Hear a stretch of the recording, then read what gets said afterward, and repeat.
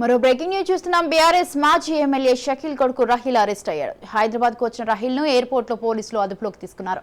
ప్రజాభవన్ వద్ద బారికేడ్ ను ఢీకొట్టిన కేసులో మాజీ ఎమ్మెల్యే షకీల్ కొడుకును రాహిల్ ప్రధాన నిందితుడిగా ఉన్నాడు. ఈ ప్రమాదం తర్వాత రాహిల్ కు బదులుగా మారుకూర్ని డ్రైవర్ గా చేర్చి రాహిల్ దుబాయ్ కి పారిపోయాడు. దీంతో వివిధ సెక్షన్ల కింద కేసు నమోదు చేసిన పోలీసులు దుబాయ్ కి పరారు కావడంతో అతడిపై లూకౌట్ నోటీసులు జారీ చేశారు. ఈ క్రమంలో ఇవాళ హైదరాబాద్ కు రావడంతో పోలీసులు అదుపులోకి తీసుకున్నారు. ఈ కేసులో బోధన్ మాజీ ఎమ్మెల్యే షకీల్ ను కూడా పోలీసులు నిందితుల జాబితాలో చేర్చారు. సాక్ష్యాలను తారుమారు చేసిన నేపథ్యంలో ఆయనపైన అభియోగాలు మోపారు.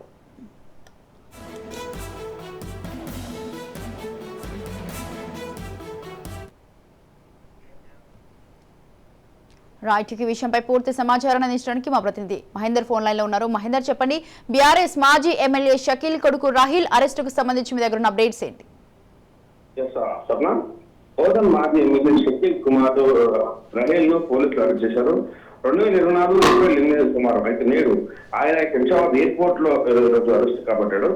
రాహిల్ ను అదుపులోకి పోలీసులు తీసుకొని విచారిస్తున్నారు. అయితే ప్రజాభవన్ దగ్గర జరిగిన ప్రమాదం తర్వాత షకీల్ కుమార్ రాహిల్ దుబాయ్ పారిపోయాడు. దీంతో ఆయనపై లుకౌట్ నోటీసులు కూడా జారీ చేశారు.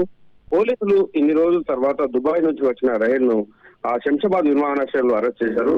ప్రజాభవన్ దగ్గర జరిగిన ప్రమాదంలో రాహిల్ తప్పించేందుకు తన బదులు ఇంట్లో పనిచేసే మరికొందరు కారణట్లుగా కూడా సాక్ష్యాలను తారుమారు చేసినట్టుగా కూడా పోలీసులు చేస్తున్నారు.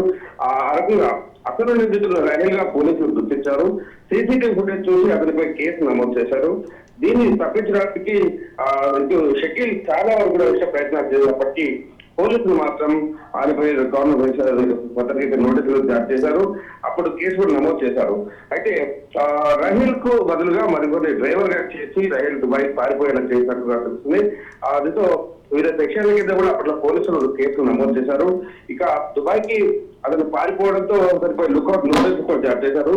ఎప్పుడు హైదరాబాద్ వచ్చినా కూడా తను అరెస్ట్ చేసేందుగా పోలీసులు అయితే రంగం సిద్ధం చేస్తున్నారు. ఈ క్రమంలో తను హైదరాబాద్ కు రావడం, అలాగే పోలీసులు అతన్ని అదుపులోకి తీసుకోవడం జరిగింది. మొత్తానికి కేసు నమోదు చేసి పోలీసులు అయితే విచారిస్తున్నారు. అయితే ఈ విషయంలో సాక్ష్యాలను తారుమారు చేసిన ఆరోపణల నేపథ్యంలో అతనిపై ఒక అభియోగాలు కూడా పోతున్న పరిస్థితి కనిపించింది. Right, thank you Mahender, thanks for the details.